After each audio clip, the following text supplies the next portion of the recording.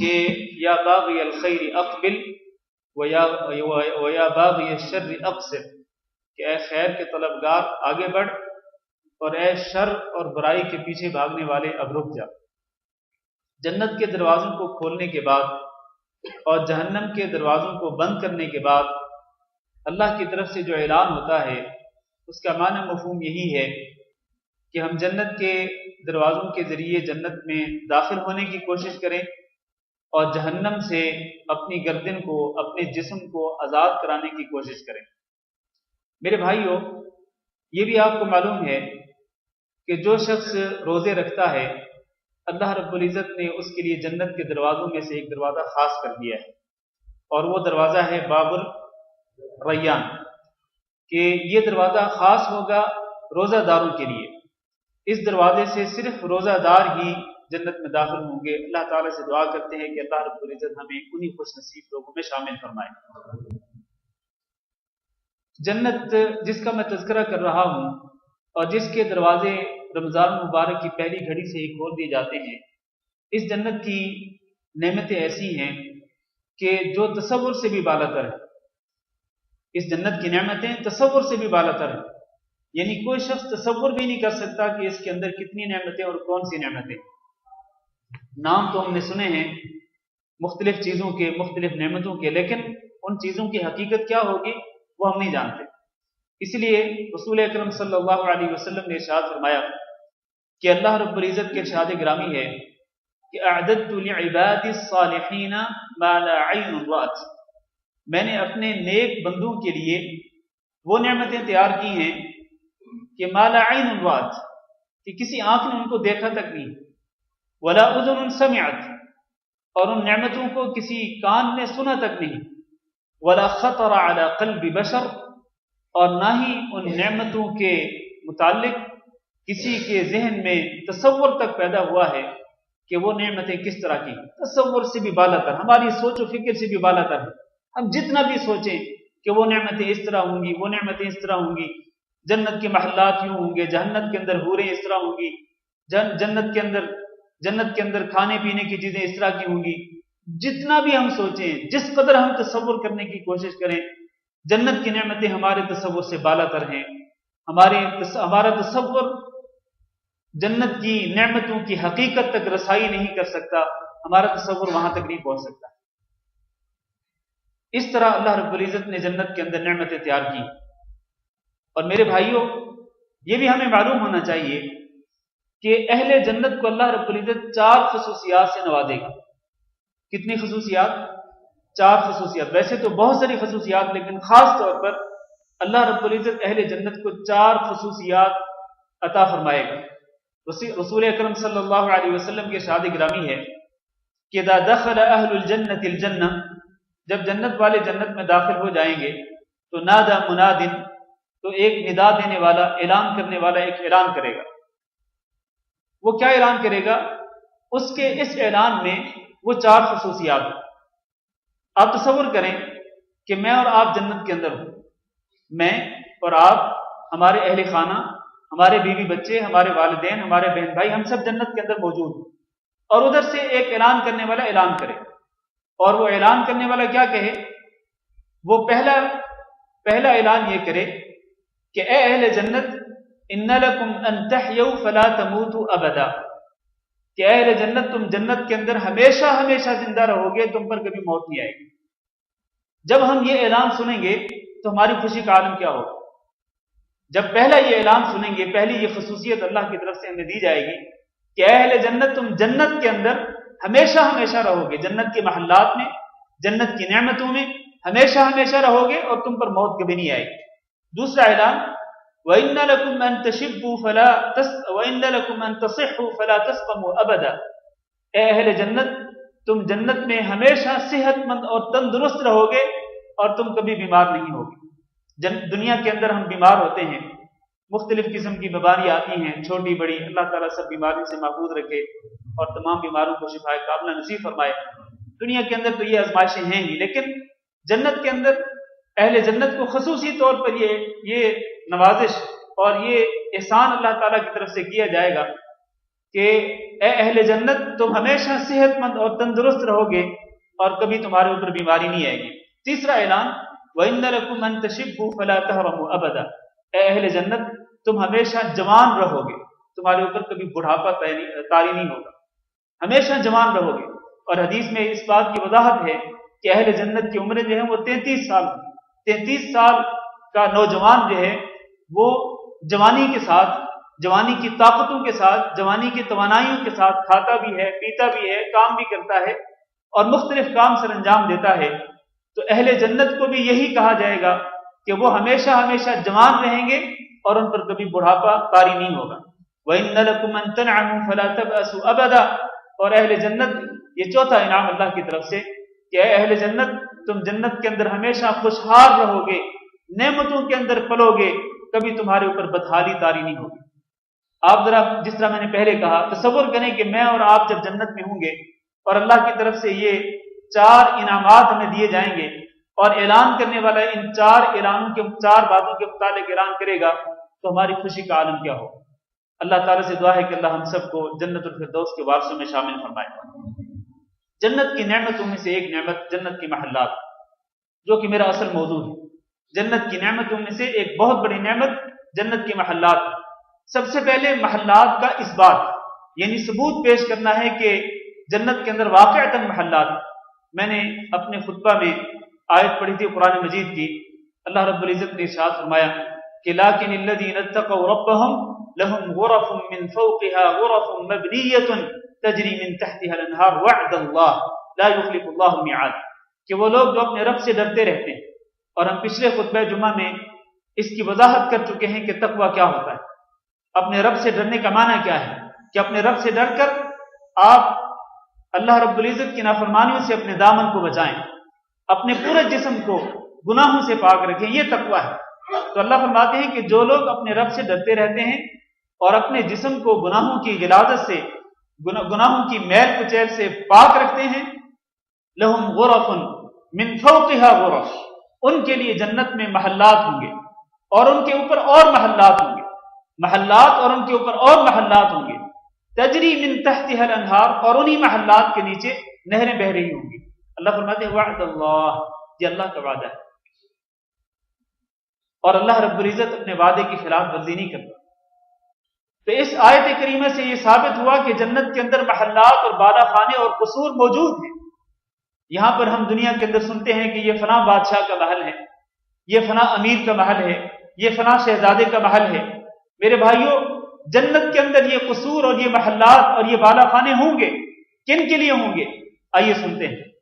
اور وہ بیان کرنے سے پہلے میں حدیث سے بھی ذرا ثبوت پیش کر دوں کہ جنت کے اندر واقعتاً محلات ہیں۔ رسول اکرم صلی اللہ علیہ وسلم کی وہ مشہور حدیث ہے، آپ صلی اللہ علیہ وسلم نے فرمایا کہ میں جنت میں گیا تو جنت میں نے ایک محل دیکھا اور میں نے دیکھا کہ اس محل کے اندر ایک عورت وضو کر رہی ہے۔ تو میں نے پوچھا کہ یہ محل کس کے لیے ہے؟ جنت کے یہ محل اور یہ خوبصورت قصر، یہ بالا خانے کس کے لیے ہے؟ تو مجھے کہا گیا کہ یہ قریش کے ایک آدمی کے لیے۔ تو رسول اکرم صلی اللہ علیہ وسلم فرماتے ہیں کہ میں نے یہ سوچا کہ شاید قریش میں سے تو میں بھی ہوں اور سب سے بہتر ہوں، تو شاید یہ محل میرے لیے ہے۔ تو مجھے بتلایا گیا کہ نہیں اے محمد صلی اللہ علیہ وسلم، آپ کے لیے یہ محل نہیں، آپ کا محل تو کوئی اور ہے، یہ در حقیقت یہ محل حضرت عمر بن خطاب رضی اللہ تعالیٰ عنہ۔ پھر رسول اکرم صلی اللہ علیہ وسلم نے حضرت عمر بن خطاب رضی اللہ تعالیٰ عنہ سے کہا، آپ نے فرمایا کہ عمر بن خطاب، میرا دل تو چاہتا تھا کہ میں اس محل کے اندر داخل ہوں اور اس محل کا مشاہدہ کروں، اس محل کے اندر جا کے دیکھوں کہ اس کے اندر کیا کچھ ہے، کیا کچھ نعمتیں ہیں، لیکن اے عمر مجھے تیری غیرت یاد آ گئی۔ حضرت عمر بن خطاب رضی اللہ تعالیٰ نے کہا کہ اے رسول اللہ صلی اللہ علیہ وسلم، کیا میں آپ پر بھی غیرت کھاؤں؟ تو اس حدیث سے اور اس واقعے سے بھی یہی ثابت ہوتا ہے کہ جنت کے اندر محلات ہیں۔ کن کے لیے ہیں یہ محلات؟ یہ سب سے اہم سوال ہے۔ آج کے درس کا اہم نقطہ، اہم پوائنٹ ہے کہ یہ محلات کن کے لیے ہیں اور وہ کون سے اعمال ہیں کہ جن اعمال کو کرنے کے نتیجے میں اللہ رب العزت جنت کے محلات کا وارث بنا دیتا ہے۔ سب سے پہلا، اور میں آج 17 پوائنٹ ذکر کروں گا جنت کے محلات کے وارث بننے والوں کے سلسلے میں۔ پہلا پوائنٹ، جو لوگ جنت کے وارث، جنت کے محلات کے وارث بنیں گے، جنت کے قصور اور بالا خانوں کے وارث بنیں گے، وہ کون ہیں؟ یہ وہ ہیں کہ جو دو صفات کو اپنے اندر جمع کریں، ایک ایمان باللہ اور دوسرا تصدیق بالرسل، یعنی اللہ رب العزت پر ایمان لانے والے اور رسولوں کی تصدیق کرنے والے۔ رسول اکرم صلی اللہ علیہ وسلم کا فرمان سنیں، میں 17 اعمال ذکر کروں گا اور ہر ایک کی دلیل ذکر کروں گا۔ رسول اکرم صلی اللہ علیہ وسلم کے ارشاد گرامی ہے کہ ان اہل الجنت یتراءون اہل الغرف، کہ اہل جنت بالا خانے، جنت کے اندر جو بالا خانے ہوں گے ان کو دیکھیں گے، اور ان بالا خانوں کے اندر جو لوگ رہتے ہوں گے وہ ان کو بھی دیکھیں گے، من فوقہم، اپنے اوپر، ظاہر ہے کہ بالا خانے اوپر ہوتے ہیں، محلات اور قصور اوپر کی طرف ہوتے ہیں، تو ایسے وہ نظریں اٹھا کے دیکھیں گے بالا خانوں کی طرف، اور ان بالا خانوں میں رہنے والے جنتیوں کو دیکھیں گے، اس طرح کہ جیسے کما یتراءون الکوکب الدری، جس طرح کے آسمان پر مشرق کی طرف یا مغرب کی طرف ایک چمکتا دمکتا ستارہ ہوتا ہے، تو وہ گردنیں اٹھا اٹھا کر کے اس چمکتے دمکتے ستارے کی طرف دیکھتے ہیں، بالکل اسی طرح سے وہ گردنیں اٹھا کر اوپر کی طرف دیکھیں گے تو ان کو جنت کے محلات، اونچے اونچے بالا خانے اور ان کے اندر رہنے والے جنتی نظر آئیں گے۔ صحابہ کرام نے جب یہ خوبصورت تذکرہ سنا جنت کے محلات کا اور جنت کے قصور اور بالا خانوں کا، تو صحابہ کرام کہنے لگے، اے اللہ کے رسول، تلک منازل الانبیاء لا یبلغها غیرہم، وہ جو بڑے بڑے محلات ہیں اور جن کا آپ تذکرہ کر رہے ہیں بالا خانے، یہ تو در حقیقت انبیاء کی منزلیں ہوں گی، انبیاء کے گھر ہوں گے، انبیاء کے علاوہ کوئی اور تو وہاں تک نہیں پہنچ سکے گا۔ رسول اکرم صلی اللہ علیہ وسلم نے جواب دیا، بلا، کیوں نہیں، والذی نفسی بیدہ رجال آمنوا باللہ وصدقوا المرسلین، یہ جنت کے بالا خانے جن کا میں تذکرہ کر رہا ہوں اور یہ جنت کے محلات اور قصور، یہ ان لوگوں کے لیے ہوں گے کہ جو اللہ پر ایمان لائے اور جنہوں نے رسولوں کی تصدیق کی۔ اور الحمدللہ ہم بھی اللہ پر ایمان رکھنے والے ہیں اور ہم بھی رسولوں کی تصدیق کرنے والے ہیں، لیکن ایک منٹ کے لیے رک جائیے، کیا اللہ پر ہمارا ایمان اسی طرح ہے جس طرح اللہ پر ہمارا ایمان ہونا چاہیے؟ یہ سوال قابل غور ہے اور توجہ کرنے کے قابل ہے۔ میرے بھائیوں، اللہ پر ایمان لانے کا معنی کیا ہے؟ اللہ پر ایمان لانے کا معنی یہ ہے کہ آپ اکیلے اللہ رب العزت کو خالق اور مالک مانیں، اکیلے اللہ رب العزت کو رازق تسلیم کریں، اکیلے اللہ رب العزت کو موت و حیات کا مالک مانیں، اکیلے اللہ رب العزت کو نفع نقصان کا مالک تصور کریں، اکیلے اللہ رب العزت کو حاجت روا اور مشکل کشا سمجھیں، اور اکیلے اللہ رب العزت کو اس کائنات کا نظام چلانے والا سمجھیں، مدبر الامور تسلیم کریں۔ یہ نہیں کہ آپ اس کائنات کے نظام کو چلانے میں اللہ رب العزت کا کوئی شریک تسلیم کریں کہ اللہ کے ساتھ کوئی اور بھی ہے جو اس کا شریک ہے اور وہ کائنات کا نظام چلانے میں اس کی مدد کر رہا ہے۔ نہیں، یہ عقیدہ مشرکانہ عقیدہ ہے۔ موحدین کا عقیدہ یہ ہے کہ وہ یہ تسلیم کرتے ہیں دل کی گہرائیوں سے کہ اللہ رب العزت اکیلا ہے، وحدہ لا شریک ہے، جو اس پوری کائنات کے نظام کو چلا رہا ہے۔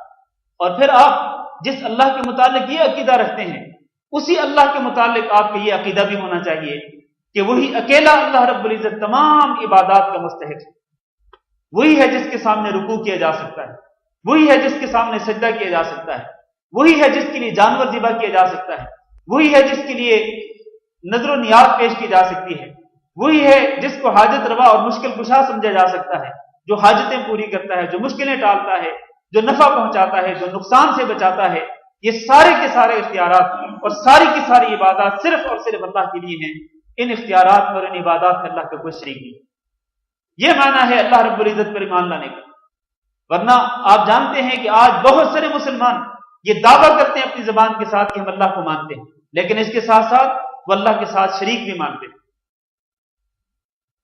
انہی لوگوں نے اللہ کے ساتھ کسی کو داتا بنا رکھا ہے، انہی لوگوں نے اللہ کے ساتھ کسی کو غوث بنا رکھا ہے، اور انہی لوگوں نے اللہ کے ساتھ کسی کو دستگیر اور کسی کو غریب نواز بنا رکھا ہے۔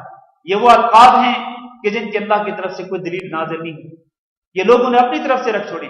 رجال آمنوا باللہ وصدقوا المرسلین، جنت کے بالا خانوں اور جنت کے اونچے اونچے محلات اور قصور میں رہنے والے لوگ کون ہوں گے؟ جو اللہ پر، اللہ کی توحید پر ایمان لانے والے ہیں اور رسولوں کی تصدیق کرنے والے ہیں۔ اور رسولوں کی تصدیق کا معنی کیا ہے؟ وہ اس بات کو تسلیم کرتے ہیں کہ اللہ تعالیٰ نے رسولوں کو انسانوں کی رہنمائی کے لیے، ان کی ہدایت کے لیے مبعوث فرمایا۔ وہ اللہ کے بندے ہیں۔ رسول جو ہیں وہ اللہ نہیں ہو سکتے ہیں، رسولوں کے پاس اللہ کے اختیارات نہیں ہو سکتے ہیں، رسول اللہ کے بندے ہیں، تو رسولوں کی تصدیق کرنے کا معنی یہ ہے کہ وہ اللہ کے بندوں کی رسالت کو تسلیم کرتے ہیں اور ان کی نبوت پر ایمان لاتے ہیں۔ نمبر 2، دوسرا عمل کہ جس کے ذریعے اللہ رب العزت ہمیں جنت کے بالا خانے نصیب کرے گا اور جنت کے محلات اور قصور نصیب کرے گا۔ دوسرا عمل کیا ہے کہ اگر آپ ایمان لا چکے ہیں اور رسولوں کی تصدیق کر چکے ہیں تو پھر آپ سچے مسلمان بنیں۔ سچے مسلمان کا معنی کیا ہے کہ آپ اللہ کے احکامات پر عمل کرنے والے ہوں۔ اگر آپ اللہ تعالیٰ نے نمازیں فرض کی ہیں تو نمازیں پڑھنے والے ہوں، اللہ تعالیٰ نے روزے فرض کیے ہیں تو روزے رکھتے ہوں، اللہ نے زکوٰۃ فرض کی ہے تو زکوٰۃ ادا کرتے ہوں، اللہ نے حج فرض کیا ہے زندگی میں ایک مرتبہ تو آپ حج کا فریضہ ادا کر چکے ہوں یا کرنا چاہتے ہوں، دیگر جتنے بھی فرائض اسلام ہیں ان پر عمل کرنے والے ہوں۔ تو اصل ایمان کے بعد جو سب سے اہم چیز ہے وہ اسلام ہے، اور اسلام کا معنی فرما برداری کرنا ہے، اللہ کے احکام پر عمل کرنا ہے۔ تو جو شخص ایمان والا ہو، رسولوں کی تصدیق کرنے والا ہو اور وہ اللہ رب العزت کا سچا فرما بردار ہو، اللہ تعالیٰ نے جنت کے محلات اسی کے لیے تیار کی۔ حدیث سنیے، رسول اکرم صلی اللہ علیہ وسلم کے ارشاد گرامی ہے، فرمایا انا زعیم، میں گارنٹی دیتا ہوں، ضمانت دیتا ہوں، لمن آمن بی واسلم، اس شخص کو جو میرے اوپر ایمان لایا اور واسلم، اور میرا فرما بردار بن گیا۔ صرف ایمان ہی کافی نہیں ہے کہ ایک شخص زبان سے یہ کہہ دے کہ میں کلمہ طیبہ لا الہ الا اللہ محمد رسول اللہ پڑھتا ہوں، تو یہی ایمان کافی ہے؟ نہیں، ایمان لایا واسلم، اور میرا فرما بردار بن گیا، میرے احکامات پہ عمل کرنے والا بن گیا۔ وہاجر، اور اگر اس کو اللہ کے دین کی خاطر ہجرت کرنا پڑے، دارالکفر کو چھوڑ کر دارالاسلام میں جانا پڑے، تو وہ اس سے بھی دریغ نہ کرے، وہ ہجرت بھی کر گزرے۔ تو اللہ کے رسول فرماتے ہیں ایمان لانے والے شخص کے لیے اور اللہ کے فرما بردار بندے کے لیے اور ہجرت کرنے والے شخص کے لیے گارنٹی دیتا ہوں، ضمانت دیتا ہوں کہ اللہ رب العزت اس کو ایک گھر جنت کے ادنا درجہ میں عطا کرے گا اور ایک گھر اللہ رب العزت جنت کے درمیانے درجے میں عطا کرے گا۔ پھر فرمایا وَأَنَا زَعِيمٌ لِمَنْ آمَنَ بِي وَأَسْلَمَ وَجَاهَدَ فِي سَبِيلِ اللَّهِ، اور میں ضمانت دیتا ہوں اس شخص کو جو مجھ پر ایمان لایا اور میرا فرما بردار بن گیا، اور یعنی اللہ رب العزت کا فرما بردار بن گیا اور اللہ کے راستے میں جہاد کرنے والا بن گیا، میں نبی صلی اللہ علیہ وسلم اس کو ضمانت دیتا ہوں کہ اللہ رب العزت اس کو جنت کے ادنا درجہ میں بھی گھر عطا کرے گا، جنت کے درمیانے درجے میں بھی گھر عطا کرے گا، اور جنت کے اعلیٰ درجے میں اس کو بالا خانہ اور اس کو جنت کا محل اور جنت کا قصر بھی عطا کرے گا۔ اس حدیث سے ثابت ہوا کہ دوسرا عمل جس کے ذریعے اللہ رب العزت یا جس کے کرنے والے شخص کو اللہ تعالیٰ جنت کے محل کا مستحق بناتا ہے، وہ عمل کیا ہے؟ وہ اللہ کی فرما برداری کرنا ہے اور اسی طرح اللہ کے راستے میں جہاد کرنا ہے۔ اللہ تعالیٰ سے دعا کرتے ہیں کہ اللہ رب العزت ہم سب کو اپنی فرما برداری کرنے کی توفیق دے۔ تیسرا عمل رسول اکرم صلی اللہ علیہ وسلم نے ایک حدیث کے اندر 4 صفات کو ذکر فرمایا کہ 4 صفات جس کے اندر ہوں گی اللہ تعالیٰ اس کو جنت کے بالا خانوں میں جگہ دے گا، اللہ تعالیٰ اس کو جنت کا محل اور جنت کا قصر عطا فرمائے گا۔ فرمایا ان فی الجنت غرفا یری ظاہرها من باطنها، جنت میں وہ بالا خانے ہیں کہ جن کا اندرونی حصہ باہر سے نظر آتا ہے اور ان کا بیرونی حصہ اندر سے نظر آتا ہے، یعنی ان کا حسن و جمال اس قدر زیادہ ہے، وہ جنت کے بالا خانے اس قدر خوبصورت ہیں کہ اندرونی حصہ باہر سے نظر آتا ہے اور باہر والا حصہ اندر سے نظر آتا ہے۔ یہ جنت کے بالا خانے، یہ جنت کے محلات اللہ نے کس کے لیے تیار کیے ہیں؟ سنیے حدیث رسول اکرم صلی اللہ علیہ وسلم کی، فرمایا اعدها اللہ تعالی لمن اطعم الطعام، اللہ نے یہ جنت کے محلات اور یہ قصور ان لوگوں کے لیے تیار کیے ہیں جو کھانا کھلاتے ہیں، وَأَلَانَ الْكَلَامِ، اور جو نرم گفتگو کرتے ہیں، نرم گفتگو، ان کی گفتگو میں سختی نہیں ہوتی، وہ نرم گفتگو کرتے ہیں، وَتَابَعَ الصِّيَامِ، اور وہ مسلسل روزے رکھتے ہیں، جس طرح کہ ہم ابھی رمضان مبارک کے مہینے میں مسلسل روزے رکھتے ہیں، الحمدللہ پہلے روزے سے لے کر آج 17ویں روزے تک ہم نے مسلسل روزے رکھے، اور انشاءاللہ جب تک عید کا چاند نظر نہیں آتا مسلسل روزے رکھیں گے۔ تو اللہ کے رسول صلی اللہ علیہ وسلم اس شخص کو جنت کے بالا خانوں کی اور جنت کے محلات کی خوشخبری سنا رہے ہیں کہ جو مسلسل روزے رکھے، وَصَلَّى بِاللَّيْلِ وَالنَّاسُ نِيَامٌ، اور وہ شخص جو اس وقت رات کو اٹھ کر نماز پڑھے جبکہ لوگ سوئے ہوئے، اور الحمدللہ ہم اس وقت بھی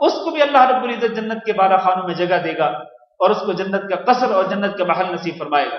رسول اکرم صلی اللہ علیہ وسلم نے ارشاد فرمایا، من صلی الضحى اربعا، جو شخص چاشت کی 4 رکعت ادا کرے، وقبل الاولى اربعا، اور ظہر کی نماز سے پہلے بھی 4 رکعت ادا کرے، چاشت کی بھی 4 اور ظہر کی نماز سے پہلے بھی 4، اور ظہر کی نماز سے پہلے جو 4 رکھتے ہیں یہ وہی ہیں جن کا تذکرہ میں ابھی کر چکا سنن مؤکدہ کے ضمن میں۔ تو فرمایا جو شخص یہ چاشت کی 4 رکعت پڑھے گا اور ظہر کی نماز سے پہلے 4 رکعت پڑھے گا، بنی لہ بیت فی الجنہ، اس کے لیے جنت کے اندر ایک گھر بنا دیا جاتا ہے، جنت کے قصر اور ایک محل اس کے لیے تعمیر کر دیا جاتا ہے۔ اور آپ کو معلوم ہے کہ نماز چاشت کی فضیلت کتنی زیادہ ہے۔ نماز چاشت یہ وہ نماز ہے جس کو صلاۃ الاوابین کہا جاتا ہے۔ بعض لوگ صلاۃ الاوابین ایک اور نماز کو کہتے ہیں جو مغرب اور عشاء کے درمیان پڑھی جاتی ہے، یہ غلط ہے۔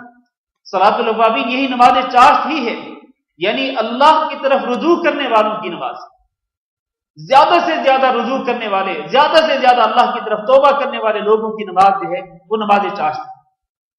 اور رسول اکرم صلی اللہ علیہ وسلم کی ارشاد گرامی ہے کہ ہر بندے کے جسم میں 360 جوڑ ہیں اور ہر دن 360 جوڑوں کی طرف سے صدقہ کرنا لازم ہوتا ہے۔ پھر رسول اکرم صلی اللہ علیہ وسلم نے اس مسئلے کو آسان فرمایا کہ ایک بندہ تسبیح پڑھتا ہے، سبحان اللہ کہتا ہے، اس کے لیے صدقے کا ثواب لکھا جاتا ہے، الحمدللہ کہتا ہے، اس کے لیے صدقہ لکھا جاتا ہے، اللہ اکبر کہتا ہے، اس کے لیے صدقہ لکھا جاتا ہے، لا الہ الا اللہ پڑھتا ہے، اس کے لیے صدقہ لکھا جاتا ہے، وہ نیکی کا حکم دیتا ہے، اس کے لیے صدقہ لکھا جاتا ہے، برائی سے منع کرتا ہے، اس کے لیے صدقہ لکھا جاتا ہے۔ اور اگر کوئی شخص چاشت کی 2 رکعتیں ہی پڑھ لے اور وہ کچھ بھی نہ کہے، کوئی صدقہ نہ کرے، کوئی تسبیحات نہ پڑھے، کوئی ذکر اذکار نہ کرے، صرف اور صرف وہ چاشت کی 2 رکعت ادا کر لے تو اس کے جسم میں موجود 360 جوڑوں کی طرف سے صدقہ ادا ہو جاتا ہے۔ تو یہ وہی نماز ہے، نماز چاشت کی، جس کے متعلق رسول اکرم صلی اللہ علیہ وسلم نے فرمایا کہ جو شخص چاشت کی 4 رکعت ادا کرے، چاشت کی کم از کم 2 رکعتیں ہیں اور زیادہ سے زیادہ 8 رکعت، اور ابھی جو حدیث میں نے ذکر کی ہے وہ 4 رکعت کے متعلق۔ اس سے ثابت یہ ہوا کہ کوئی شخص اگر 2 رکعت پڑھنا چاہے تو پڑھ سکتا ہے، 4 پڑھنا چاہے تو 4 بھی پڑھ سکتا ہے، اور اگر کوئی شخص 8 پڑھنا چاہے چاشت کی تو 8 بھی پڑھ سکتا ہے، جیسے کہ رسول اکرم صلی اللہ علیہ وسلم نے فتح مکہ کے موقع پر مکہ مکرمہ میں داخل ہوتے ہوئے چاشت کی 8 رکعت ادا کی۔ تو 4 رکعت جو چاشت کی ہیں ان کی یہ فضیلت ہے کہ جو شخص چاشت کی 4 رکعت ادا کرے اور ظہر سے پہلے بھی 4 رکعت ادا کرے تو اس کے لیے جنت کے اندر ایک گھر اور ایک محل بنا دیا جاتا ہے۔ 7واں عمل، جنت کے محلات کے مستحق کون ہیں، جنت کے قصور کے اور جنت کے بالا خانوں کے حقدار کون ہیں؟ ان میں سے ایک جو اللہ کی رضا کی خاطر مسجد تعمیر کرتا ہے۔ جو شخص مسجد تعمیر کرتا ہے اللہ تعالیٰ اس کو بھی جنت کے محلات میں سے ایک محل نصیب فرمائے گا۔ رسول اکرم صلی اللہ علیہ وسلم نے ارشاد فرمایا، من بنا مسجدا للہ، جو شخص مسجد بنائے اللہ کے لیے، دکھلاوے کے لیے نہیں، لوگوں سے تعریف سننے کے لیے نہیں، بلکہ صرف اور صرف اللہ کی رضا کی خاطر وہ مسجد تعمیر کرتا ہے، اور مسجد کتنی بڑی، کمفحص قطات او اصغر، وہ مسجد چاہے ایک پرندے کے گھونسلے کی مانند چھوٹی سی کیوں نہ ہو، یعنی چھوٹی سی مسجد اگر وہ اللہ کی رضا کی خاطر تعمیر کرتا ہے، بن اللہ لہ بیتا فی الجنہ، اللہ تعالیٰ اس کے لیے جنت کے اندر ایک قصر، ایک محل بنا دیتا ہے۔ تو مسجد تعمیر کرنی چاہیے اللہ رب العزت کی رضا کی خاطر۔ اللہ تعالیٰ اگر توفیق دے تو اس بہت بڑے عمل سے انسان کو پیچھے نہیں رہنا چاہیے۔ 8واں عمل، جنت کے محلات کے حصول کے لیے 8واں عمل کون سا ہے؟ جنت کے قصور اور جنت کے بالا خانوں کے حصول کے لیے 8واں عمل کون سا ہے؟ کہ اگر کوئی شخص مسجد پوری کی پوری تعمیر نہ کر سکتا ہو تو مسجد کے ساتھ متصل تھوڑی سی جگہ خرید کر مسجد کے اندر توسیع کر دے، اس کے بدلے میں بھی اللہ رب العزت اس شخص کو جنت کے ایک محل نصیب فرمائے گا۔ حضرت عثمان بن عفان رضی اللہ تعالیٰ عنہ کا مشہور واقعہ ہے کہ جب ان کے گھر کا محاصرہ کیا گیا تو بلوائیوں نے، منافقوں نے جب ان کے گھر کا محاصرہ کیا ہوا تھا تو حضرت عثمان بن عفان رضی اللہ تعالیٰ عنہ ایک دن باہر آئے اور انہوں نے ان بلوائیوں کو خطاب کیا تھا، اور اس خطاب میں حضرت عثمان بن عفان نے اپنی بعض خصوصیات کا ذکر کیا تھا۔ ان خصوصیات میں سے ایک خصوصیت انہوں نے یہ ذکر کی تھی کہ اے منافقو، اے لوگوں، تمہیں معلوم ہے کہ اللہ کے رسول صلی اللہ علیہ وسلم نے ارشاد فرمایا تھا کہ من یشتری هذه البقعة فیزیدها فی المسجد وله بیت فی الجنہ، کہ کون ہے کہ جو مسجد نبی کے ساتھ متصل اس جگہ کو خرید کر مسجد نبی کی توسیع کر دے تو اس کے بدلے میں اس کو جنت کے اندر ایک گھر دیا جائے گا، جنت کا ایک محل اس کو عطا کیا جائے گا۔ تو جب رسول اکرم صلی اللہ علیہ وسلم نے یہ ارشاد فرمایا تھا فاشتریتها، تو میں نے وہ مسجد نبی کے ساتھ متصل جگہ کو خریدا تھا، فزدتها فی المسجد، اور میں نے ہی اسی کے ساتھ مسجد کے اندر توسیع کی تھی۔ تو لوگوں یہ اللہ کے نبی صلی اللہ علیہ وسلم نے مجھے بشارت دی تھی جنت کے اندر ایک محل کی، جنت کے اندر ایک گھر کی، پھر بھی تم میرے خون کے پیاسے۔ اس کے علاوہ اور بھی کئی خصوصیات اور کئی فضائل ذکر کیے تھے حضرت عثمان بن عفان رضی اللہ تعالیٰ عنہ نے اپنے لوگوں کو اس اقدام سے باز رکھنے کے لیے کہ لوگوں میرے خون کو معاف کر دو اور مجھے قتل نہ کرو، مجھے شہید نہ کرو، لیکن وہ لوگ باز نہ آئے اور ان لوگوں نے حضرت عثمان بن عفان رضی اللہ تعالیٰ عنہ کو ظالمانہ طریقے سے شہید کر دیا تھا۔ اس واقعے کو ذکر کرنے سے مقصود صرف اتنا ہے کہ اگر آپ پوری مسجد تعمیر نہیں کر سکتے لیکن کسی مسجد میں توسیع کی ضرورت ہو اور اس کے ساتھ متصل ایک جگہ خالی ہو تو اس جگہ کو خرید کر اگر آپ مسجد کی توسیع کر سکتے ہیں تو اس کے ساتھ بھی آپ جنت کے محلات اور جنت کے قصور کے حقدار ہو سکتے ہیں۔ نام عمل، جنت کے محلات اور جنت کے بالا خانوں کے حقدار کون ہوں گے؟ یہ وہ لوگ ہوں گے کہ جو یہ باقی اعمال جن کا میں نے تذکرہ کیا ان اعمال کے ساتھ ساتھ جب وہ نماز پڑھتے ہیں تو نماز کے اندر اپنی صفوں کو ملا کر کھڑے ہوتے ہیں، وہ صفوں کے اندر خلا نہیں چھوڑتے ہیں۔ آپ کو معلوم ہے کہ رسول اکرم صلی اللہ علیہ وسلم نماز کے اندر صفوں کو سیدھا کرنے کا حکم دیتے تھے، صفوں کے اندر مل کر کھڑا ہونے کا حکم دیتے تھے، صفوں کے اندر خلا چھوڑنے سے منع کرتے تھے آپ صلی اللہ علیہ وسلم، اور آپ فرماتے تھے کہ صفوں میں جہاں خلا ہوتا ہے وہاں شیطان ہوتا ہے۔ صفوں کے اندر خلا کو پر کرنے کی فضیلت کس قدر زیادہ ہے میرے عزیز بھائیوں اور میری ماں اور بہنوں، رسول اکرم صلی اللہ علیہ وسلم کا فرمان سنیں۔ آپ صلی اللہ علیہ وسلم نے ارشاد فرمایا من سد فرجة رفعه الله بها درجة، جو شخص صف میں موجود خالی جگہ کو پر کرتا ہے اللہ تعالیٰ اس کے ذریعے جنت کے اندر اس کے ایک درجہ بلند کر دیتا ہے۔ وَبَنَى لَهُ بَيْتًا فِي الْجَنَّةِ، اور اللہ تعالیٰ اس کے لیے جنت کے اندر ایک محل تعمیر کر دیتا ہے۔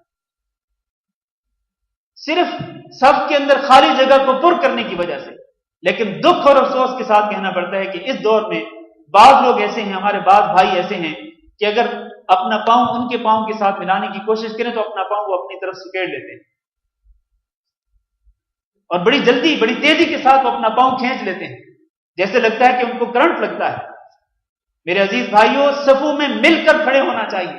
رسول اکرم صلی اللہ علیہ وسلم نے اس کی بڑی فضیلت بیان فرمائی۔ یہ فضیلت کم ہے کہ آپ ایک قدم اٹھائیں صف میں خالی جگہ کو پر کرنے کے لیے، اللہ تعالیٰ اس کے بدلے میں آپ کے لیے جنت کے اندر ایک گھر بنا دے، ایک محل اور ایک قصر تعمیر کر دے۔ اس سے بڑی فضیلت اور کیا چاہیے آپ؟ ایک اور عمل میں اپنی بات کو مختصر کرتا ہوں کیونکہ وقت ختم ہو رہا ہے۔ وہ اعمال کہ جو جنت کے محلات کے حصول کا سبب بن سکتے ہیں، جن کے ذریعے آپ جنت کے اندر قصور اور جنت کے بالا خانوں کے حقدار ہو سکتے ہیں، ان میں سے ایک عمل سورۃ الاخلاص کو 10 مرتبہ پڑھنا ہے۔ سورۃ الاخلاص یہ سورۃ التوحید ہے، یہ وہ سورت ہے جو اللہ رب العزت کی توحید پر مشتمل ہے۔ قل هو اللہ احد اللہ الصمد لم یلد ولم یولد ولم یکن له کفوا احد۔ رسول اکرم صلی اللہ علیہ وسلم نے ارشاد فرمایا من قرأ قل هو اللہ احد حتى يختمها 10 مرات، جو شخص پوری سورت قل هو اللہ احد 10 مرتبہ پڑھے، بن اللہ له قصرا فی الجنہ، اللہ تعالیٰ اس کے لیے جنت میں قصر تعمیر کر دیتا ہے 10 مرتبہ۔ اور آپ کو یہ معلوم ہونا چاہیے کہ یہ وہ صورت ہے، چھوٹی سی صورت، اس صورت کے ساتھ اگر محبت کر لیں اور اللہ رب العزت کی توحید کے ساتھ اگر محبت کر لیں تو اس صورت کے ساتھ محبت کرنے کے بدلے میں اللہ تعالیٰ آپ کو جنت کے اندر داخل کر دے۔ وہ حدیث بڑی مشہور ہے، مسجد قباء کا ایک امام تھا جو جب بھی نماز پڑھاتا تو اپنی قرات کی ابتدا وہ سورۃ الاخلاص سے کرتا، سورۃ الفاتحہ کے بعد سب سے پہلے سورۃ الاخلاص پڑھتا، پھر وہ کوئی مزید سورت پڑھتا۔ صحابہ کرام نے مقتدیوں نے کہا کہ اے اللہ کے بندے، تم سورۃ الاخلاص کے ساتھ ابتدا کرتے ہو اپنی قرات کی اور پھر کوئی اور سورت بھی پڑھتے ہو، تو یا سورۃ اخلاص ہی پڑھا کرو یا پھر کوئی دوسری سورت پڑھا کرو، یہ کیا طریقہ ہے کہ پہلے سورۃ الاخلاص پھر کوئی اور سورت؟ تو انہوں نے کہا کہ وہ امام نے کہا کہ دیکھو میں تمہارا امام ہوں، میں اسی طرح قرات کروں گا، اگر تمہیں میری امامت پسند ہو تو اسی پر گزارا کرنا پڑے گا، نہیں تو کسی اور کو امام بنا لو، میں اگر قرات کروں گا تو اسی طرح کروں۔ یہ بات رسول اکرم صلی اللہ علیہ وسلم کے پاس پہنچی۔ رسول اکرم صلی اللہ علیہ وسلم نے اس صحابی سے پوچھا کہ اے فلان تم اس طرح کیوں کرتے ہو؟ اپنی ہر قرات کی، ہر رکعت میں قرات کی ابتدا سورۃ الاخلاص سے کیوں کرتے ہو؟ تو صحابی نے کہا کہ اللہ کے رسول مجھے اس سورت کے ساتھ محبت ہے، مجھے اس سورت کے ساتھ محبت ہے۔ تو رسول اکرم صلی اللہ علیہ وسلم نے فرمایا کہ حبک ایہا ادخلک الجنہ، اس سورت کے ساتھ تیری محبت نے تجھے جنت کے اندر داخل کر دیا۔ اللہ اکبر۔ میرے عزیز بھائیوں، تو یہ جو سورت ہے اس کو اگر آپ 10 مرتبہ پڑھیں اخلاص کے ساتھ اور اللہ رب العزت کی توحید کا اقرار اور اعتراف کرتے ہوئے، اللہ کی توحید کا دل سے اعتراف کرتے ہوئے، اللہ کی توحید کو دل سے تسلیم کرتے ہوئے اگر آپ 10 مرتبہ پڑھیں گے تو اللہ رب العزت آپ کے لیے جنت کے اندر ایک قصر تعمیر کر دے گا۔ 11واں عمل، 11واں، 12واں اور 13واں، یہ تینوں اعمال جو ہیں یہ ایک ہی حدیث کے اندر ذکر کیے گئے ہیں۔ رسول اکرم صلی اللہ علیہ وسلم نے ارشاد فرمایا میں اس شخص کو جنت کے ادنا درجے میں ایک محل کی گارنٹی دیتا ہوں کہ جو حق پر ہونے کے باوجود جھگڑا چھوڑ دے، یعنی کسی مسلمان سے وہ جھگڑا نہیں کرتا، کسی مسلمان سے وہ رشتہ نہیں، اگر کوئی مسلمان اس کو اذیت پہنچاتا ہے، تکلیف پہنچاتا ہے تو یہ صدق کے دل سے اس کو معاف کر دیتا ہے، یہ اس سے جھگڑا نہیں کرتا۔ جو شخص حق پر ہونے کے باوجود جھگڑے کو ترک کر دیتا ہے، اللہ کے رسول فرماتے ہیں میں اس کو جنت کے ادنا درجے میں ایک محل کی بشارت دیتا ہوں، اس کی گارنٹی دیتا ہوں۔ دوسرا 12واں عمل فرمایا کہ انا زعیم ببیت فی وسط الجنہ لمن ترک الکذب وان کان مازحا، اس شخص کو بھی میں جنت کے درمیانے درجے میں ایک محل کی بشارت اور ضمانت دیتا ہوں کہ جو جھوٹ کو چھوڑ دے اگرچہ وہ مذاق کیوں نہ کر رہا، یعنی وہ جھوٹ سے اس قدر اجتناب کرتا ہے کہ وہ مذاق میں بھی جھوٹ نہیں بولتا۔ تو جو شخص مکمل طور پر اپنی زبان کو جھوٹ سے پاک رکھتا ہو، اللہ کے رسول نے فرمایا کہ میں اس کو جنت کے درمیانے درجے میں ایک محل کی ضمانت دیتا ہوں۔ یہ ضمانت دینے والے کون ہیں؟ ہمارے نبی حضرت محمد صلی اللہ علیہ وسلم۔ اور 13واں عمل حسن اخلاق ہے۔ فرمایا رسول اکرم صلی اللہ علیہ وسلم نے کہ میں اس شخص کو جنت کے اعلیٰ درجے میں ایک محل کی ضمانت دیتا ہوں کہ جو اپنے اخلاق کو اچھا بناتا ہے، جس کا اخلاق اچھا ہوتا ہے، جس کا کردار اچھا ہوتا ہے، جس کی عادات اچھی ہوتی ہیں، وہ لوگوں کے ساتھ بد اخلاقی یا بدتمیزی کے ارتکاب نہیں کرتا بلکہ حسن اخلاق سے لوگوں کے ساتھ پیش آتا ہے۔ اپنی پیشانی پر وہ ہمیشہ مسکراتے ہونٹوں کے ساتھ اور مسکراتی پیشانی کے ساتھ وہ حساس بشاش چہرے کے ساتھ لوگوں سے ملتا ملاتا ہو اور حسن اخلاق کا مظاہرہ کرتا ہو، تو اس کے لیے بھی رسول اکرم صلی اللہ علیہ وسلم نے جنت کے اعلیٰ درجے میں ایک محل کی بشارت دی اور اس کی ضمانت دی۔ 14واں عمل یہ ہے کہ مسلمانوں کی جماعت میں ہمیشہ شامل رہیں اور مسلمانوں کی جماعت سے الگ تھلگ نہ ہوں۔ کئی لوگوں کی عادت ہوتی ہے کہ وہ ہمیشہ الگ تھلگ رہتے ہیں اور بالکل مسلمانوں کے ساتھ اختلاط نہیں رکھتے، گھول میل نہیں رکھتے۔ رسول اکرم صلی اللہ علیہ وسلم نے ارشاد فرمایا علیکم بالجماعہ، لوگوں جماعت کے اندر شامل رہا کرو، وایاکم بالفرقہ، اور افتراق سے، فرقہ بندی سے بچو، یعنی یہ نہیں کہ تم الگ 1.5 اینٹ کی مسجد بنا کر ایک الگ ٹولہ بنا لو، ایک الگ گروہ بنا لو، نہیں، مسلمانوں کی جماعت کے اندر شامل رہو۔ فإن الشیطان مع الواحد، کیونکہ شیطان ہمیشہ اکیلے بندے کے ساتھ ہوتا ہے، وهو من الاثنين ابعد، اور شیطان 2 بندوں سے ہمیشہ دور بھاگتا ہے۔ پھر فرمایا من اراد محبوبۃ الجنۃ فلیلزم الجماعہ، جو شخص جنت کے درمیانے درجے میں ایک محل کا خواہش مند ہو، جنت کے درمیانے درجے میں ایک قصر کا خواہش مند ہو، تو وہ جماعت کو لازم پکڑے، مسلمانوں کی جماعت کے ساتھ شامل رہے، مسلمانوں کی جماعت کو ترک نہ کرے۔ 15واں عمل مریض کی عیادت کرنا ہے۔ جو شخص مریض کی عیادت کرے تو اس کو بھی یہی بشارت دی جاتی ہے، جنت کے اندر ایک گھر کی اور ایک محل کی۔ رسول اکرم صلی اللہ علیہ وسلم نے ارشاد فرمایا من عاد مریضا نادى مناد من السماء، جو شخص مریض کی عیادت کے لیے جاتا ہے آسمان سے ایک اعلان کرنے والا اعلان کرتا ہے، کیا کہتا ہے وہ؟ طبت وطاب ممشاک، تم بہت اچھے ہو اور تمہارا چلنا بھی بہت اچھا ہے، وتبوأت من الجنة منزلا، اور تم نے جنت کے اندر ایک گھر بنا لیا۔ مریض کی عیادت کرنے کی وجہ سے اللہ تعالیٰ جنت کے محلوں میں سے ایک محل نصیب کر دیتا ہے۔ اور 16واں عمل ہے مسلمان بھائی کی زیارت کے لیے، اس کی ملاقات کے لیے جانا۔ رسول اکرم صلی اللہ علیہ وسلم نے فرمایا اذا عاد الرجل اخاه او زاره جب ایک بندہ اپنے مسلمان بھائی کی عیادت کرنے کے لیے جائے یا اس سے صرف ملاقات کے لیے جائے تو اس کے لیے یہی کہا جاتا ہے کہ طبت وطاب ممشاک، کہ تم بہت اچھے ہو، تمہارا چلنا بہت اچھا ہے، اور تم نے بھی جنت کے گھروں میں سے ایک گھر بنا لیا ہے، جنت کے محلوں میں سے ایک محل حاصل کر لیا ہے۔ آخری عمل 17واں عمل جو ہے یہ جنت کے قصور اور جنت کے محلات کا مستحق بنانے والے جو اعمال ہیں، ان اعمال میں سے آخری عمل بازار میں داخل ہونے کی دعا پڑھنا ہے۔ بازار میں، چاہے وہ بازار ہو، چاہے وہ مارکیٹ ہو، چاہے وہ جمعیہ ہو، جہاں پر آپ خرید و فروخت کے لیے جاتے ہیں، تو وہاں داخل ہونے سے پہلے اگر آپ دعا پڑھ لیتے ہیں، اور وہ دعا کیا ہے؟ رسول اکرم صلی اللہ علیہ وسلم نے فرمایا وہ دعا ہے لا الہ الا اللہ وحدہ لا شریک لہ لہ الملک ولہ الحمد یحیی ویمیت وہو حی لا یموت بیدہ الخیر وہو علی کل شیء قدیر۔ جو شخص یہ دعا پڑھتا ہے بازار میں داخل ہوتے وقت، اس کے لیے 10 لاکھ نیکیاں لکھی جاتی ہیں، اور 10 لاکھ گناہ اس کے معاف کر دیے جاتے ہیں، اور 10 لاکھ درجے اس کے بلند کر دیے جاتے ہیں۔ وَبُنِيَ لَهُ بَيْتٌ فِي الْجَنَّةِ، اور جنت کے اندر اس کے لیے ایک قصر، ایک محل تعمیر کر دیا جاتا ہے۔ میرے عزیز بھائیوں، میں نے انتہائی اختصار کے ساتھ صرف یہ 17 پوائنٹ ہی ذکر کیے ہیں، 17 اعمال ہی ذکر کیے ہیں کہ اگر ایک مسلمان ان 17 اعمال کو کرنے والا بن جائے، اور ان کا خلاصہ یہی ہے کہ ایک انسان سچا دیندار مسلمان بن جائے، ایمان ہو اس کے اندر، اللہ کی توحید کا وہ اقرار کرتا ہو، اور وہ سچا اللہ تعالیٰ کا فرما بردار ہو، اور اسی طرح وہ باقی اعمال کرتا ہو جن کا میں نے ابھی ذکر کیا ہے، تو اللہ تعالیٰ ان اعمال کے بدلے میں بندے کو جنت کے محلات میں سے محلات اور قصور میں سے قصور عطا کرتا ہے، بالا خانے عطا کرتا ہے۔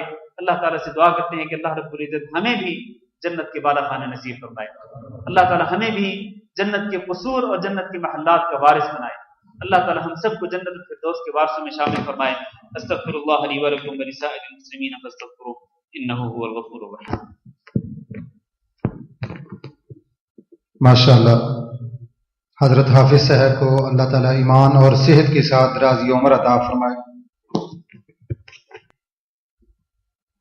جنت اور اس کے محلات کا تذکرہ آپ کے سامنے کر رہے تھے۔ اللہ کرے کہ جن خوبیوں کا اور جن صفات کا انہوں نے تذکرہ کیا ہے یہ ہمارے اندر پیدا ہو جائیں، اور ہم سب جنت اور اس کے محلات کے وارث بن جائیں۔ ابھی دوسرا درس ہے توبہ اور استغفار۔ محترم حافظ سید حبیب اللہ بخاری صاحب اسٹیج پر تشریف لے آئیں۔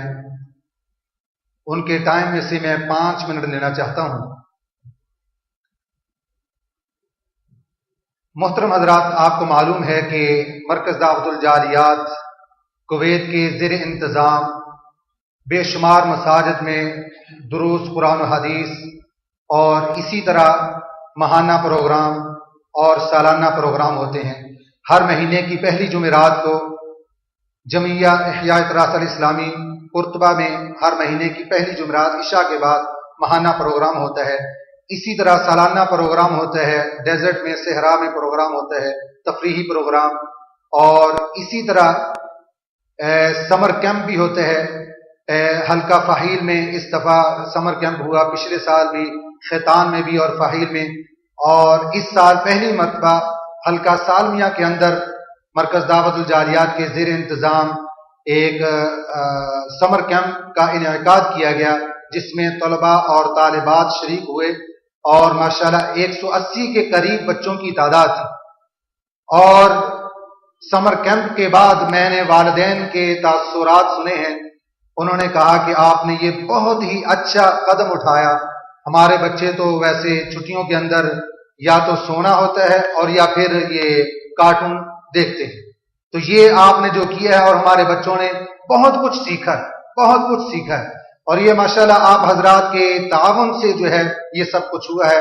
آپ حضرات سے میں اپیل کروں گا کہ مرکز دعوت الجاریات کے زیر انتظام جہاں کہیں بھی پروگرام ہوتے ہیں، ماہانہ پروگرام ہوتے ہیں، سالانہ پروگرام ہوتے ہیں، ہفتہ وار دروس ہوتے ہیں، آپ تمام حضرات ان دروس میں شریک نہ صرف خود ہوں بلکہ اپنے ساتھ احباب کو بھی لانے کی ضرور کوشش کیا کریں، اور آپ کو اللہ رب العزت اس کا اجر و ثواب دیں گے۔ مجھے یہ ایک پاسپورٹ ملا ہے، یہ پاسپورٹ کس کا ہے؟ کس کا ہے پاسپورٹ؟ حافظ صاحب آپ کا تو نہیں؟ ایسے تھوڑی دے دیں. کس کا ہے یہ پاسپورٹ؟ یہ بڑا عظیم پاسپورٹ ہے، لیکن آج یہ پاسپورٹ ویسے تو ہر مسلمان کا ہے، ہر مسلمان کا یہ پاسپورٹ ہے، لیکن آج یہ پاسپورٹ اس خوش نصیب مسلمان کو ملے گا جو میرے 5 سوالوں کے جواب دے، اور جوابات کی تصحیح حضرت حافظ صاحب کریں. کون ساتھی میرے 5 سوالوں کا جواب دے گا؟ کون ساتھی میرے 5 سوالوں کا جواب دے گا؟ کوئی ساتھی کھڑا تو ہوگا. نہیں 5 ایک ہی ساتھی نے، چونکہ پاسپورٹ ایک ہے، اور جو 5 سوالوں کا جواب دے گا ایک ہی ساتھی، اس کو یہ پاسپورٹ دیا جائے گا. اور انشاءاللہ جس کو یہ ملے گا وہ یاد ہی کرے گا یہ محمد صلی اللہ علیہ وسلم، نبی کریم صلی اللہ علیہ وسلم اور آپ کے عظیم خانوادے کا مختصر تعارف.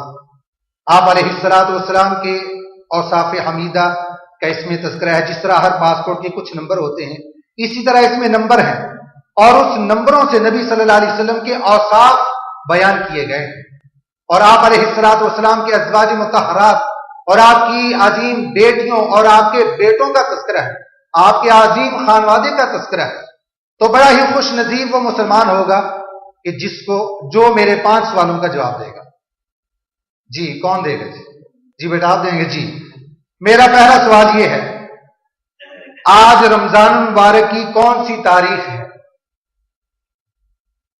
آج رمضان مبارک کی کون سی تاریخ ہے؟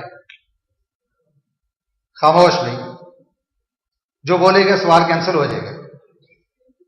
نہیں 16 نہیں، آج میں نہیں بولوں گا. ویسے حضرت حافظ صاحب نے بھی اپنے درس میں وہ تاریخ کو بتا دیا تھا. بیٹھ جائیں. جی کون 5 سوالوں کا جواب دے گا؟ ویسے کوئی مشکل نہیں ہے. جی آج رمضان مبارک کی کون سی تاریخ ہے؟ جی 18. غلط. جی آپ آج رمضان مبارک کی کون سی تاریخ ہے؟ جی 17. ماشاءاللہ ویری گڈ. ایک سوال ہو گیا. جواب حافظ صاحب ٹھیک ہے. جی دوسرا سوال یہ ہے، اس تاریخ کو اسلامی تاریخ میں کون سا بڑا واقعہ پیش آیا؟ ماشاءاللہ. جی حافظ صاحب ٹھیک ہے. جی غزوہ بدر. تیسرا سوال یہ ہے، مسلمانوں کی تعداد کتنی تھی اور کفار کی تعداد کتنی تھی؟ جی حافظ صاحب ٹھیک ہے. جی ماشاءاللہ. مسلمانوں کی تعداد 313 اور کفار کی 1000. جی چوتھا سوال یہ ہے، ابو جہل کو کن 2 بچوں نے قتل کیا تھا؟ ان بچوں کے نام بتائیے. جی محبت اور معاذ. جی جواب درست ہے. جی پانچواں سوال یہ ہے، ماشاءاللہ قرآن کریم کی کس سورت میں غزوہ بدر کا تفصیلاً ذکر آیا ہے؟ ماشاءاللہ. جی ماشاءاللہ یہ بچہ بڑا ہی خوش نصیب ہے، بڑا ہی خوش نصیب ہے. یہ پاسپورٹ نبی کریم صلی اللہ علیہ وسلم کا، محمد صلی اللہ علیہ وسلم اور آپ کے عظیم خانوادے کا اس پاسپورٹ کے اندر وہ تذکرہ ہے. یہ بچہ بڑا ہی خوش نصیب ہے. اس بچے کے لیے ذرا آپ دعا کیجئے.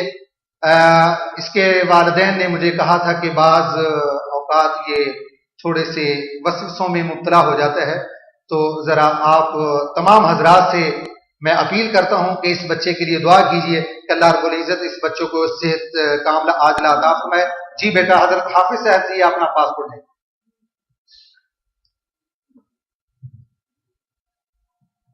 میرے بھائی اور دوستو، غزوہ بدر مسلمانوں کا پہلا اسلامی فیصلہ کن معرکہ تھا. اور یاد رکھیے، بدر کے میدان میں تلوار کے ساتھ نہیں ٹکرائی، بلکہ تلوار کے ساتھ کیا چیز ٹکرائی تھی؟ ایمان ٹکرایا تھا، جس کا ابھی حضرت حافظ صاحب جنت اور اس کے محلات کا تذکرہ کر رہے تھے. ایمان. غزوہ بدر کے میدان میں اگر تلوار کے ساتھ کوئی چیز ٹکرائی ہے تو وہ صرف اور صرف ایمان ٹکرایا تھا، جس کی وجہ سے اللہ رب العزت نے مسلمانوں کو عظیم فتح نصیب فرمائی. 313 تھے اور دوسری طرف 1000. مسلمانوں کی تعداد کیا ہے؟ اور آج مسلمانوں کی تعداد دیکھیں کتنی بڑی تعداد ہے. لیکن افسوس کہیں پر فلسطین میں مسلمانوں کو ذبح کیا جا رہا ہے, کبھی مصر میں کیا جا رہا ہے, اور دیکھیں شام اور سوریا میں کس طرح ہمارے بچوں کو ذبح کیا جا رہا ہے, ہماری بہنوں اور بیٹیوں کی عزتوں کو پامال کیا جا رہا ہے, اور مسلمان سو رہے. مسلمان سو رہے. وہ 313, کاش کہ وہ 313 جن کے اندر وہ ایمان تھا آج ہمارے اندر وہ ایمان پیدا ہو جائے تو یقیناً اللہ رب العزت آج ہمیں بھی وہ فتح نصیب کر سکتے ہیں جو 313 کو تھی.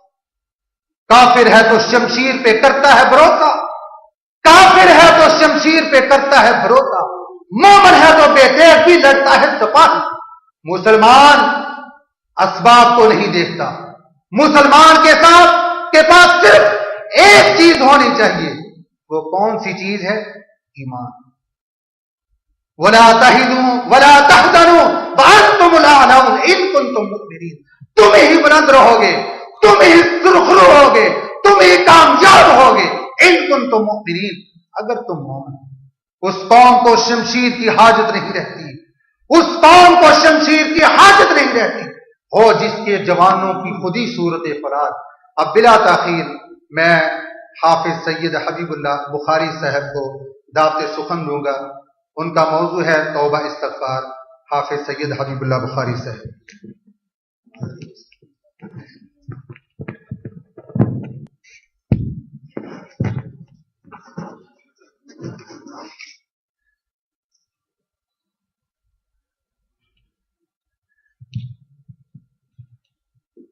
السلام علیکم ورحمۃ اللہ وبرکاتہ. الحمد للہ رب العالمین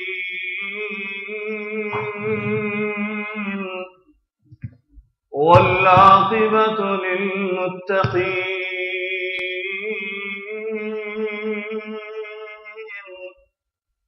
والصلاة والسلام على أشرف الأنبياء والمرسلين وعلى آله وصحبه أجمعين.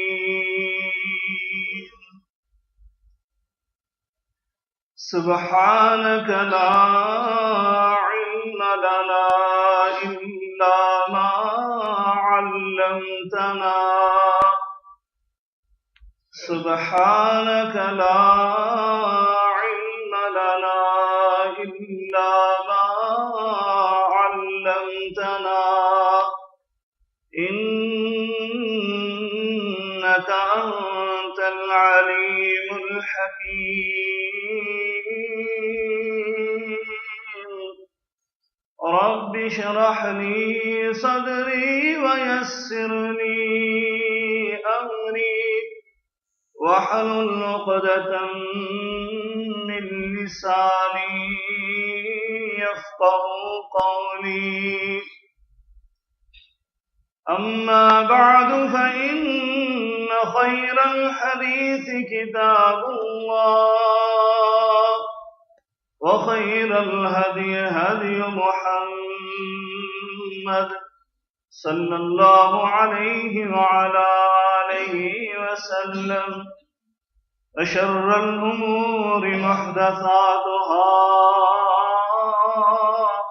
وكل محدثة بدعة وكل بدعة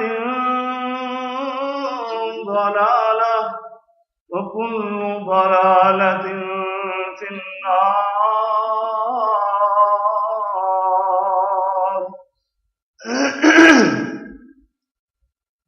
أعوذ بالله السميع العليم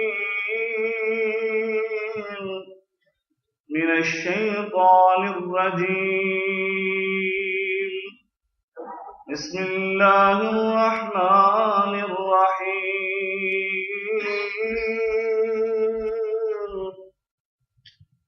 فاعلم أنه لا إله إلا الله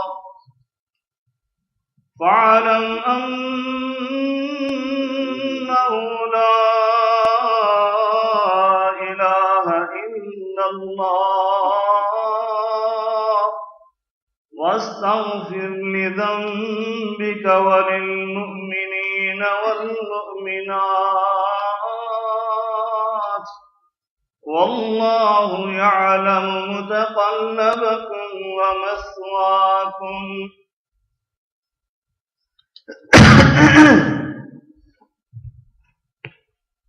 بزرگان من، برادران ملت، قابل صد احترام میری ماں اور بہنوں، ہر قسم کی حمد و ثنا، بزرگی، برتری، بڑائی، کبریائی اللہ رب العالمین کی ذات بابرکات کے لیے ان گنت لا تعداد بے شمار درود و سلام سید الاولین والآخرین، امام المتقین، شفیع المذنبین، میرے اور آپ کے ہادی رہنما جناب محمد رسول اللہ صلی اللہ علیہ وآلہ آلہ وسلم کی ذات اطہر پر ہو۔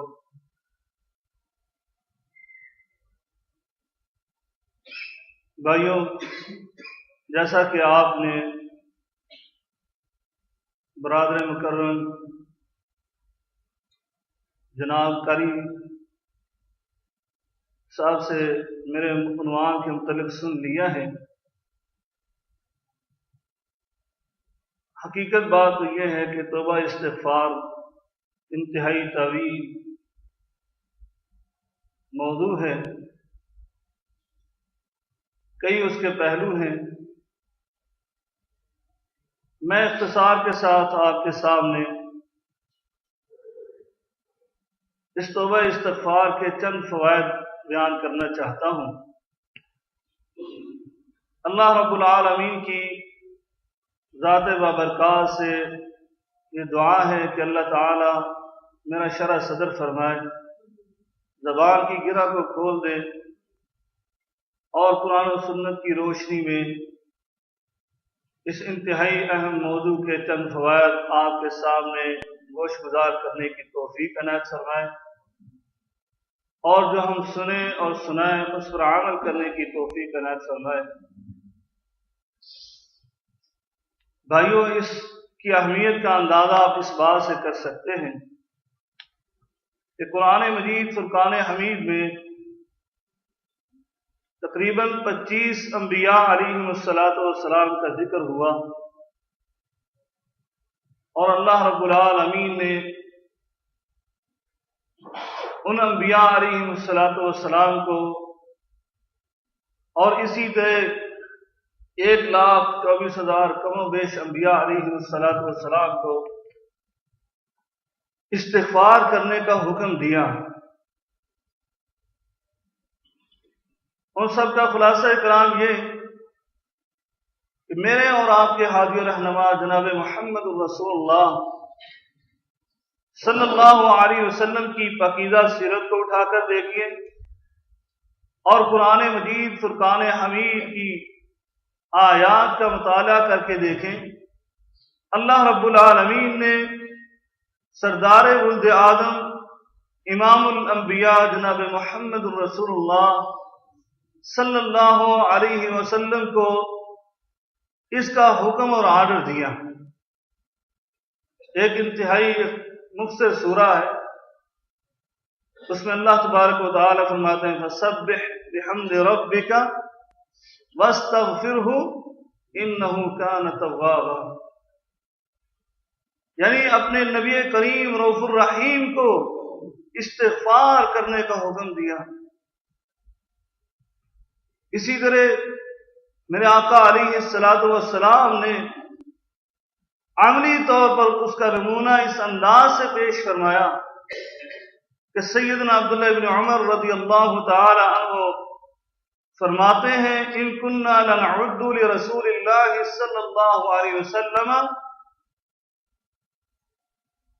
لمجلس واحد اکثر 100 مرہ فاغفر لی وتب علی انک انت التواب الرحیم، کہ نبی کریم صلی اللہ علیہ وسلم کی ایک مجلس میں ہم توبہ استغفار کو اگر شمار کرتے تو 100 سے زائد مرتبہ میرے آقا علیہ الصلوۃ والسلام توبہ استغفار کیا کرتے۔ اسی طرح سیدنا ابو ہریرہ رضی اللہ تعالی عنہ میرے آقا علیہ الصلوۃ والسلام کا فرمان بیان کرتے کہ آقا علیہ الصلوۃ والسلام نے فرمایا میں ایک دن میں 70 سے زائد مرتبہ استغفار کرتا ہوں، اور دوسری روایت میں آپ نے ارشاد فرمایا وہ 70 سے زائد مرتبہ کی تعداد کا تعین آپ نے کیا تو میں انی لاستغفر اللہ واتوب الیہ فی اليوم 100 مرہ، فرمایا کہ میں ایک دن میں 100 بار اللہ سے استغفار کرتا ہوں۔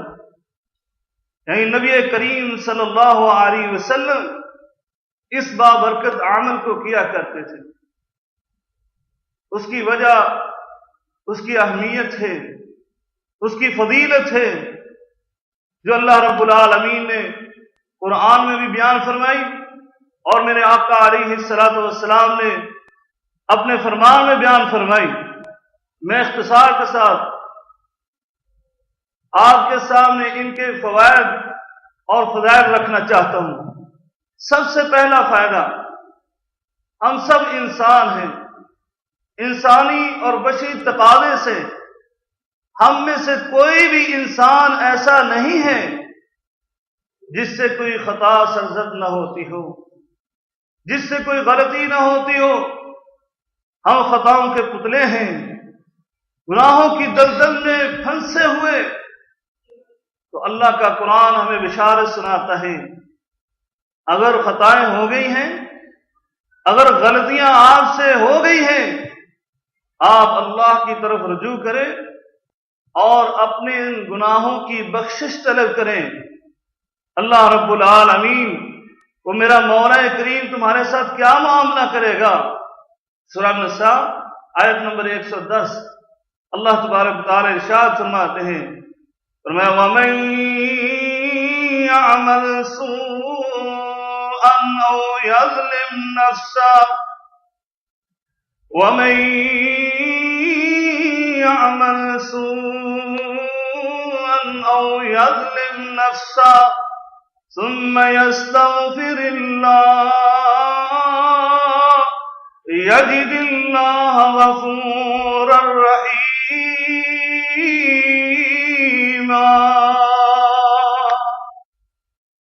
آپ میں سے جس سے کوئی برا کام ہو جائے، غلطی ہو جائے، اپنے اوپر وہ ظلم کر بیٹھا، فرمایا اس ظلم کے بعد وہ اللہ کی طرف رجوع کرے، اللہ سے ان گناہوں کی بخشش طلب کرے، یجد اللہ غفور الرحیم، وہ اپنے مولا کریم کو بخشنے والا، نہایت رحم کرنے والا پائے گا۔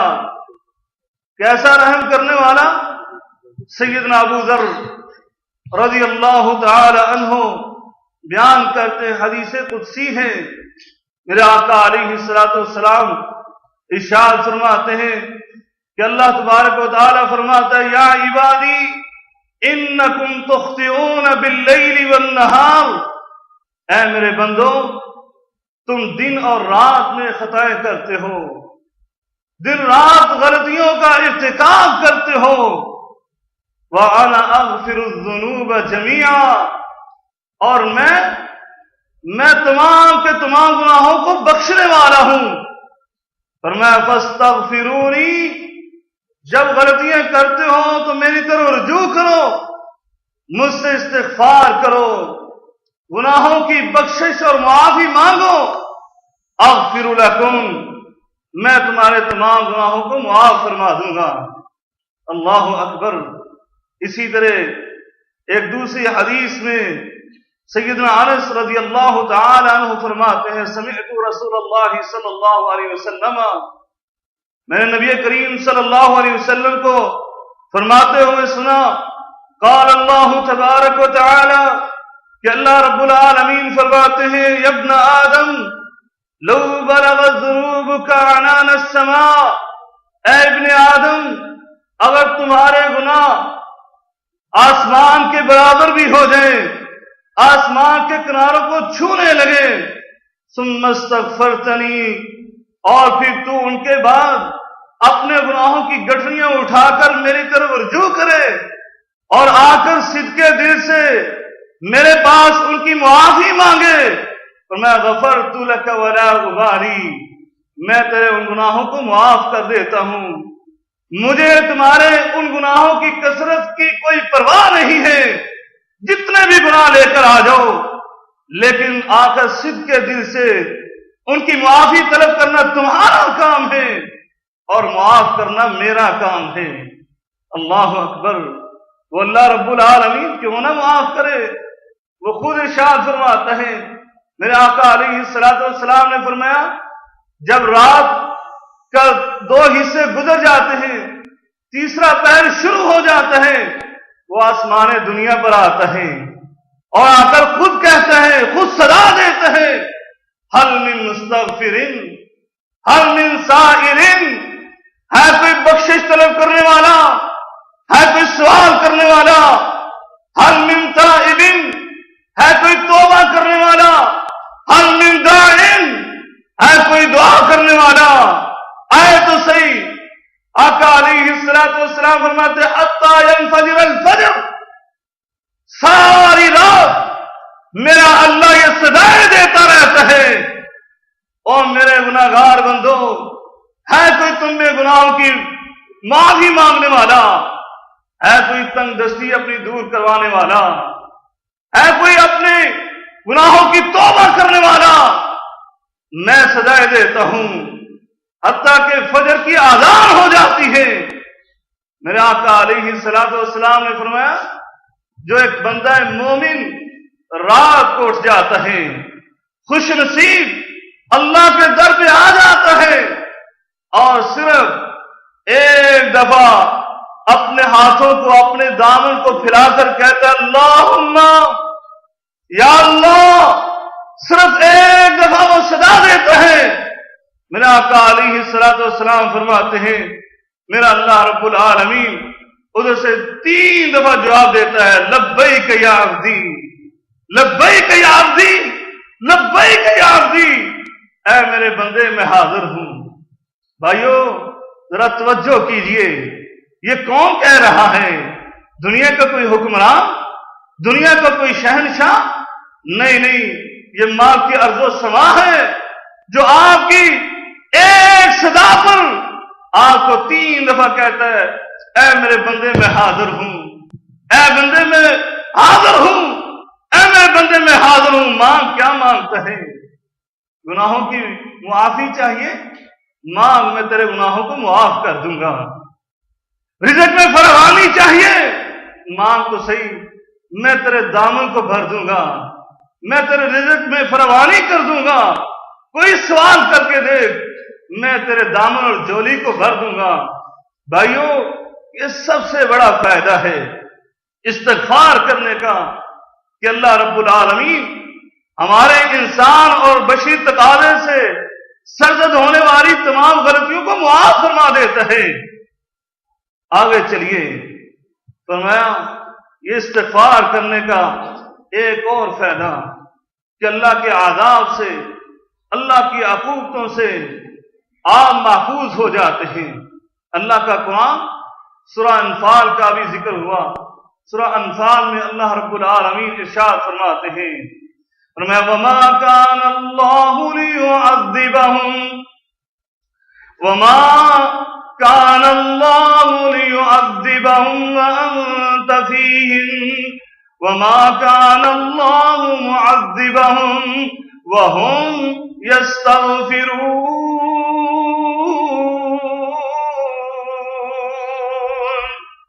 اے میرے نبی کریم رؤوف الرحیم، جب تک آپ ان میں موجود ہیں، آپ کا وجود مبارک ان کے اندر موجود ہے، میں اللہ رب العالمین کبھی ان کو عذاب نہیں دوں گا۔ دوسرا فرمایا وما کان اللہ معذبہم، اور نہ ہی اللہ ان کو عذاب دے گا وہم یستغفرون، ان میں ایسے لوگ بھی ہیں جو اللہ سے استغفار کرتے رہتے ہیں۔ سیدنا ابو موسیٰ اشعری رضی اللہ تعالیٰ عنہ بیان کرتے ہیں کہ نبی کریم صلی اللہ علیہ وسلم کے دور میں دو ہمارے لیے امان تھی، دو امان، یعنی اللہ کے عذاب سے محفوظ رہنے کے لیے دو قلعے تھے۔ ایک قلعہ میرے آقا علیہ الصلوۃ والسلام کا وجود بابرکت کہ آپ کی موجودگی میں آپ کی امتیوں کو عذاب نہیں ہو سکتا۔ اللہ رب العالمین کا قرآن ہے، یہی آیا مبارکہ انہوں نے تلاوت کی۔ فرمایا اب نبی کریم صلی اللہ علیہ وسلم اس دنیا سے رخصت ہو گئے تو ہماری ایک امان جو ہے وہ ختم ہو گئی، دوسری امان محفوظ ہے، وہ موجود ہے، بلکہ فرمایا حتی یوم الساعہ، یہاں تک کہ قیامت آ جائے گی وہ امان موجود رہے گی۔ وہ کیا ہے؟ فرمایا وہ استغفار ہے۔ وما کان اللہ معذبہم وہم یستغفرون، استغفار طلب کر رہے ہوں، اپنے گناہوں کی بخشش طلب کر رہے ہوں تو اللہ رب العالمین ایسے بندوں کو کبھی عذاب میں مبتلا نہیں کرتا، ایسے بندوں پر کوئی آزمائشیں نہیں ڈالتا، اللہ رب العالمین ان کو امتحانوں سے نہیں گزارتا، ان کو محفوظ کر دیتا ہے۔ اللہ اکبر۔ اس کے بعد تیسرا نام فرمایا غموں سے نجات مل جاتی ہے۔ عذاب تو دور، اب مشکلات بھی حل ہونے لگی، اب غموں سے نجات ملنے لگی، مشکلات کا حل ہونے لگا، بلکہ تنگدستی دور ہونے لگی، رزق میں فراوانی ہونے لگی۔ اس استغفار کی برکت سے سیدنا عبداللہ ابن عباس رضی اللہ تعالی عنہما روایت بیان کرتے ہیں کہ آقا علیہ الصلوۃ والسلام نے فرمایا من لزم الاستغفار، بھائیوں چلتے پھرتے اٹھتے بیٹھتے، آپ سونے سے قبل جاگنے کے بعد ہمیشہ استغفار اپنی زبان پر اس کو ورد بنا لیجیے۔ میرے آقا علیہ الصلوۃ والسلام کی حدیث سنیے، فرمایا من لزم الاستغفار، جو استغفار کو لازم بنا لیتا ہے، اپنا ذکر اور ورد بنا لیتا ہے زبان نبوت سے، میں ان کو 3 خوشخبریاں سناتا ہوں۔ آقا علیہ الصلوۃ والسلام فرماتے ہیں جعل اللہ لہ من کل ہم فرجا، اللہ رب العالمین ان کے تمام غموں کو ختم کر دیتا ہے، تمام غموں کو دور کر دیتا ہے۔ وَمِن كُلِّ ضِيقٍ مَخْرَجًا، فرمایا ہر مشکل حل فرما دیتا ہے، ہر تنگی دور ہو جاتی ہے۔ وَرَزَقَهُ مِنْ حَيْثُ لَا يَحْتَسِبُ، اللہ رب العالمین تنگدستی ایسے دور کرتا ہے، رزق میں ایسے فراوانی کرتا ہے، من حیث لا یحتسب، بندے کو وہم و گمان بھی نہیں ہوتا کہ اس کو رزق کہاں سے آ رہا ہے۔ اللہ اکبر۔ بھائیو ہم سب اجنبی ہیں، غریب الدیار، اپنے اپنے ملکوں سے یہاں رزق حلال کی تلاش میں آئے ہوئے، یہ سب سے اہم پوائنٹ آپ کے لیے فرمایا کہ جو بھی استغفار کو لازم بنا لیتا ہے وَرَزَقَهُ مِنْ حَيْثُ لَا يَحْتَسِبُ، وہ بندہ وہم و گمان بھی نہیں کرتا کہ اللہ رب العالمین اس کے لیے رزق کے دروازے کھول دیتا ہے۔ بھائیو یہ استغفار ہے، یہ اپنے گناہوں کی بخشش طلب کرنا ہے، معافی بھی اپنے گناہوں کی، اپنی غلطیوں کی، اور وہ بھی معاف ہو رہی ہیں، ساتھ ساتھ اللہ کی رحمت کی موسلادھار بارش بھی ہو رہی ہے۔ آگے چلیے، رحمت کی بارش ہوتی ہے، کیسی رحمت کی بارش ہے اور قوت کا باعث ہے یہ استغفار کرنا۔ کون انسان ہے جو نہیں چاہتا کہ اللہ اس کو جسمانی بدنی قوت بھی عطا کرے، اس کی بصارت کو اس کی زبان کو، اس کے ہاتھ کو، قوت بدش کو بڑھا دے اور اس کے چلنے کی قوت کو بڑھا دے، اس کی دماغی قوت کو بڑھا دے، اس کی قلبی قوت، اس کے دل کو مضبوط کر دے۔ ہر انسان ہر قسم کی قوت اور طاقت چاہتا ہے، آؤ اس کا نسخہ کیمیا قرآن مجید کی روشنی میں لے جاؤ۔ اللہ کا قرآن ارشاد فرماتا ہے، فرمایا وَيَا قَوْمِ اسْتَغْفِرُوا رَبَّكُمْ، ایک نبی نے اپنی قوم کو کہا وَيَا قَوْمِ اسْتَغْفِرُوا رَبَّكُمْ ثُمَّ تُوبُوا إِلَيْهِ يُرْسِلِ السَّمَاءَ عَلَيْكُمْ مِدْرَارًا يَا قَوْمِ اسْتَغْفِرُوا رَبَّكُمْ ثُمَّ تُوبُوا إِلَيْهِ يُرْسِلِ السَّمَاءَ عَلَيْكُمْ مِدْرَارًا وَيَزِدْكُمْ قُوَّةً إِلَى قُوَّةٍ قُوَّتِكُمْ وَلَا تَتَوَلَّوْا مُجْرِمِينَ۔